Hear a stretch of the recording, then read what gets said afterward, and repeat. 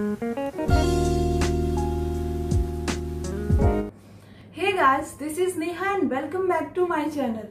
आज हम बच्चे से जुड़े ऐसे अंधविश्वास और मिथ के बारे में बात करेंगे जो आपने भी कभी ना कभी अपने एल्डर से सुना ही होगा और आपने फॉलो भी किया होगा। हालांकि इन मिथ्स का कोई साइंटिफिक बैकिंग नहीं है, लेकिन आपने कभी कभी मान लिया होगा अपने बड़ों के कहने पे, क्योंकि हमें लगते रहता है कि अगर नहीं माने तो कुछ हो ना जाए मेरे बच्चे को, या फिर कुछ बुरा ना हो जाए, या फिर जब बच्चे को हम किसी भी तरह के प्रॉब्लम में देखते हैं तो हमें लगता है कि अच्छा शायद वो नहीं किया था, उस बात के कारण मेरा बच्चा सफर कर रहा है।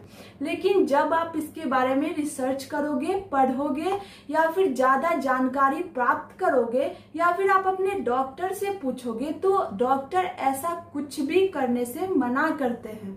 तो आज मैं आपको ऐसे ही कुछ अंधविश्वास वाली बात बताऊंगी जो मैंने तो बिल्कुल भी फॉलो नहीं किया था, क्योंकि उसमें कोई फैक्ट्स नहीं होता है, इसमें कोई साइंटिफिक बैकिंग नहीं होता है, सिर्फ एक अंधविश्वास के बेस्ड पे ये सारी बातें लोग करते रहते हैं।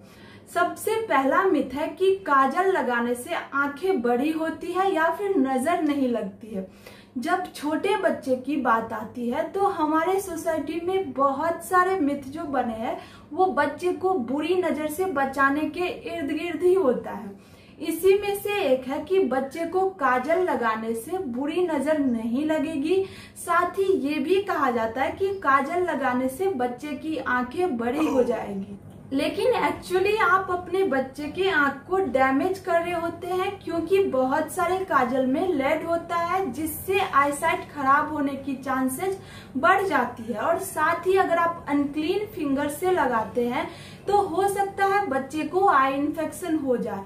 तो इससे आंख के साइज में तो बिल्कुल भी चेंजेस नहीं होता, क्योंकि वो जेनेटिक्स पे डिपेंड करता है, लेकिन हो सकता है आपके बच्चे को आई इन्फेक्शन हो जाए। दूसरा मिथ है कि बच्चे को बुरी नजर से बचाने के लिए गले में काला धागा जरूर ही बांधना चाहिए। ये जो मिथ है वो ऑलमोस्ट पूरी कंट्री में फॉलो किया जाता है, इवन आपको एजुकेटेड फैमिलीज में भी देखने को मिलेगा। लेकिन बच्चे के गले में काला धागा बांधने से हो सकता है कई बार धागा छोटा पड़ जाए और उनके गले में वो फंस जाए। इसके साथ रोज तो हमारे पास इतना टाइम नहीं होता है उसको बार बार चेंज करें, तो क्या होगा कि काफी सारे डर्ट और डस्ट आके उस पे जम जाएगा। फिर जब बच्चा उसको मुंह में लेगा, क्योंकि बच्चों की हैबिट होती है कि कुछ भी उठा के मुंह में लेते हैं, तो उन्हें टमी इन्फेक्शन हो सकता है या फिर उन्हें स्किन इन्फेक्शन होने के चांसेस होते हैं। हो सकता है बच्चे की सेंसिटिव स्किन से जब ये धागा बार बार रब होगा तो उन्हें रैशेस हो जाए। तो आप पहले सोचिए, फिर देखिए कि क्या हमें सही में काला धागा बच्चे के गले में बांधना चाहिए। तीसरा मिथ है कि बच्चे को जन्म लेते ही शहद चटाना चाहिए। तो ये एक मिथ है, इसमें फैक्ट्स बिल्कुल भी नहीं है, क्योंकि 1 साल से छोटे बच्चे को शहद देने से उसमें जो बैक्टीरिया होता है उससे इन्फेंट बोटुलिज्म होने के चांसेस बढ़ जाते हैं और बच्चे को इन्फेक्शन हो सकता है। मैंने एक ऑलरेडी वीडियो बनाया हुआ है कि ऐसी कौन कौन सी फूड आइटम्स है जो 1 साल से छोटे बच्चे को बिल्कुल भी नहीं देना चाहिए। चौथा जो मिथ है वो है कि बच्चे के लिए रोना अच्छा होता है, इससे बच्चे की आवाज खुलती है, आवाज क्लियर होती है, बच्चा बाद में लाउडली बोल पाता है।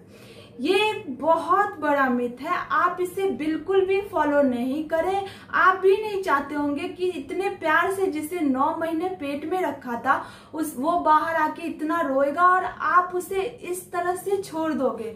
इससे बच्चा काफी परेशान हो जाता है। इसके बदले आप देखिए कि बच्चा क्यों रो रहा है, क्या रीजन है, क्या उसे किसी चीज की जरूरत तो नहीं है, क्या वो किसी पेन में तो नहीं है, या फिर क्या उसे भूख तो नहीं लगी है, या फिर क्या उसकी डायपर तो गीली नहीं हो गई है।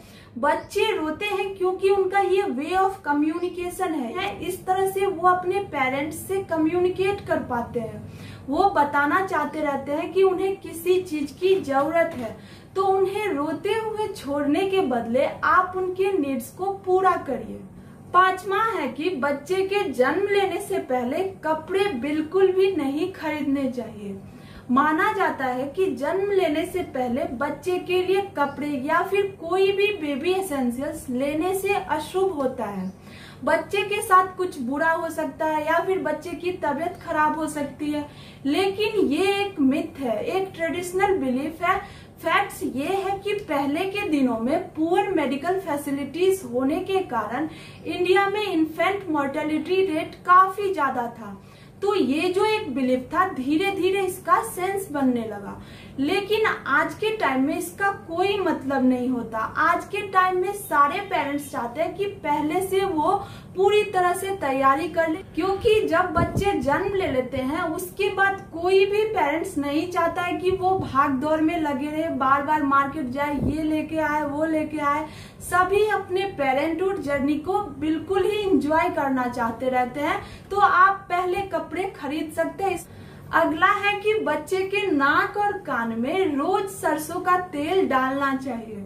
इससे बच्चे के कान खुलते हैं या फिर वो जल्दी सुनने लगते हैं। तो देखिए, तेल डालने से जल्दी खुलने के बजाय वो और भी ब्लॉक हो जाता है, क्योंकि आप खुद देखिए कि कहीं जहाँ पे तेल लगा होता है उस पे काफी ज्यादा डर्ट आने लगता है। तो फिर जब आप उसको सोप या फिर शैम्पू से धोते हो तभी जाके वो हटता है। जब आप बच्चे के नाक या कान में तेल डालेंगे तो जो डर्ट होते हैं या फिर डस्ट या फिर जर्म्स, उसको आप क्या करते हो, कैच करते हो। इससे क्या होगा, वो सारा जाके तेल पे बैठ जाएगा और फिर वो जल्दी साफ नहीं होगा, जिससे बच्चे में इन्फेक्शन होने के चांसेस बढ़ जाएंगे।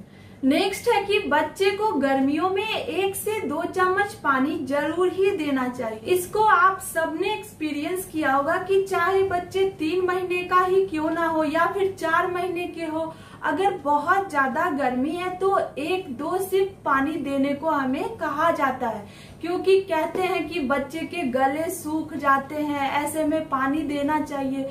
लेकिन अगर बच्चा 6 महीने से छोटा है तो डॉक्टर पानी देने से बिल्कुल मना करते हैं, क्योंकि बच्चा जो ब्रेस्ट मिल्क ले रहा होता है उसमें 70 to 80% पानी ही होता है। और फॉर्मूला मिल्क भी जब आप बच्चे को देते हो तो उसमें आप पानी में फॉर्मूला पाउडर को ऐड करके देते हो, तो एडिशनल पानी देने की जरूरत नहीं होती है। इससे क्या होगा, आप अपने बच्चे के न्यूट्रिशनल डिमांड को कट करते हैं, क्योंकि होता क्या है कि जब बच्चा पानी पी लेगा तो अल्टीमेटली उसका पेट भर जाएगा, बच्चे की भूख मिट जाएगी और वो फिर ठीक तरह से दूध नहीं पिएगा। नेक्स्ट है कि शुरू में बच्चे को शीशा नहीं दिखाना चाहिए। इससे बच्चे को दांत आने में लेट होती है या फिर हो सकता है बच्चे को लूज मोशन हो जाए। लेकिन मेरी मानिए तो ऐसा कुछ भी नहीं होता, ये एक मिथ है। इससे बच्चे खूब एंजॉय करते हैं जब आप उन्हें मिरर के पास ले जाओगे। बच्चे मिरर में देख के अपने जैसे एक छोटे से बच्चे को देख के हंसते हैं, उन्हें किस करने की कोशिश करते हैं, उनसे बातें करते हैं और फिर ग्रेजुअली वो अपने आप को पहचानना सीख लेते हैं। तो इससे कुछ भी नहीं होता। मैंने अपनी बेबी को खूब एंजॉय करवाया था और इससे मेरी बेबी को कोई भी प्रॉब्लम नहीं हुआ था। 1 साल के होते होते उसके 8 दांत बिल्कुल आ चुके थे। अगला है कि बच्चे के जन्म होने के बाद 1 महीने तक उसे पुराने कपड़े में रखना चाहिए या फिर पुराने कपड़े ही पहनाना चाहिए। तो ऐसा इसलिए बोला जाता है क्योंकि नए कपड़े से बच्चे के स्किन में रैशेस हो सकता है या फिर वो बहुत ज्यादा हार्ड होता है, उससे स्किन इन्फेक्शन हो सकता है।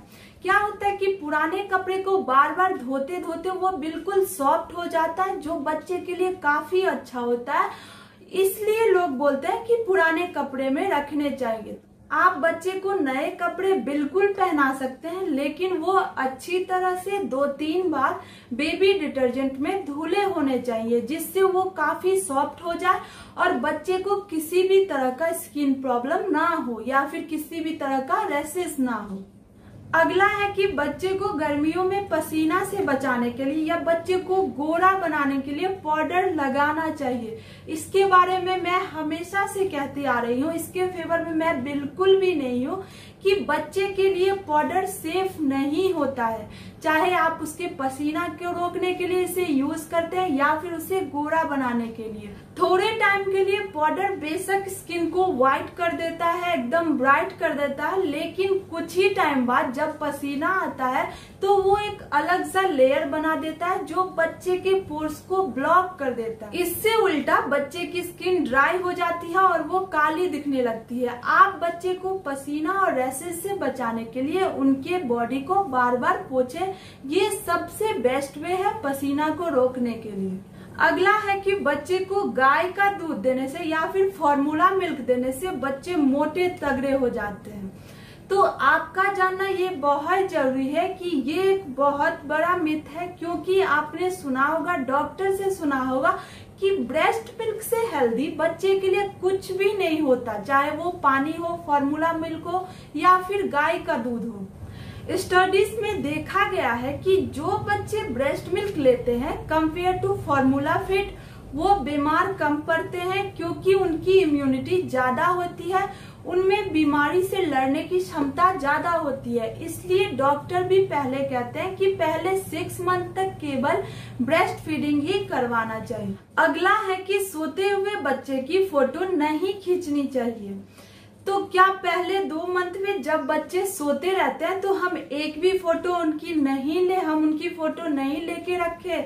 वही तो टाइम होता है जब बच्चे के फेस में काफी सारे चेंजेस आते हैं। हर मंथ, हर वीक, आप बोलो हर डे चेंजेस दिखते हैं बच्चे के फेस में। तो ये एक अच्छा अपॉर्चुनिटी होता है हम पेरेंट्स के लिए कि उस मोमेंट को हम कैद करें और बाद में इसे एंजॉय करें। इसके पीछे ऐसा कोई भी फैक्ट्स नहीं है कि क्यों नहीं फोटो लेनी चाहिए। तो ये कुछ अंधविश्वास वाली बातें थी जो मैंने आपको बताया। इसको बिल्कुल भी फॉलो नहीं करना चाहिए। आपको एज अ पेरेंट्स क्या सही लगता है, क्या गलत लगता है, आप उस अकॉर्डिंग से अपने बच्चे पे कुछ भी करें। अगर आपको मेरी ये वीडियो अच्छी लगे हो तो आप इसे लाइक जरूर करें और न्यू पेरेंट्स के साथ ज्यादा से ज्यादा शेयर करें, ताकि ये अंधविश्वास वाली बातें बिल्कुल हट जाए। सभी को पता होना चाहिए कि क्या सही है और क्या गलत है। तब तक के लिए आप अपना और अपने बच्चे का ख्याल रखिए। मिलते हैं आपसे फिर किसी नए टॉपिक के साथ। सी यू सून।